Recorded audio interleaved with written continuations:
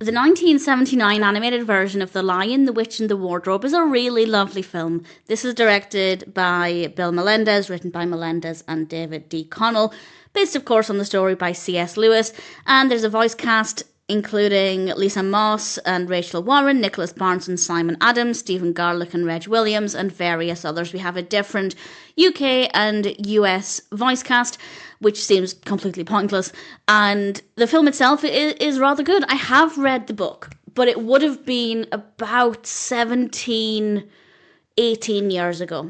So I can't remember it in too much detail, but I have seen other adaptations and the story is certainly very recognisable. I think it could be a really good introduction to the story for younger viewers. And if you are unaware of the story, it's about some siblings who enter this wardrobe and enter the snowy world of Narnia. And while they're there, they have to try and defeat the witch. They have to work with characters such as Aslan. We meet characters such as Mr. Tumnus.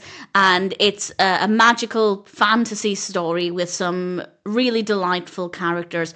And I really like the story, but I'm not emotionally attached to it. I know a lot of people are very fond of the story. It's very nostalgic from their childhood. I don't quite have that connection with it.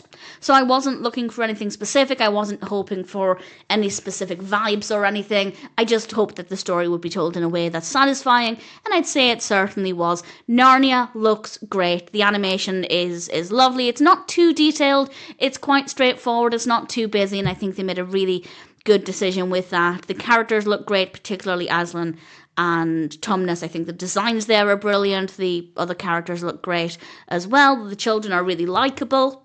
The voice acting is really good. The animation is definitely fabulous. It does look a little rough sometimes, and there are times when we actually have a lot of attention to detail. It's never too busy, but we do have quite a good amount of detail and some really great facial expressions, and in general, it is quite charming to look at. It's magical, it's heartwarming at times, it's emotional in places, definitely not too heavy, and there are other versions that are maybe a bit more intense and action-packed. This one I'd say is a bit more gentle, a little bit of an easier watch in that regard, but certainly there are still emotions in this.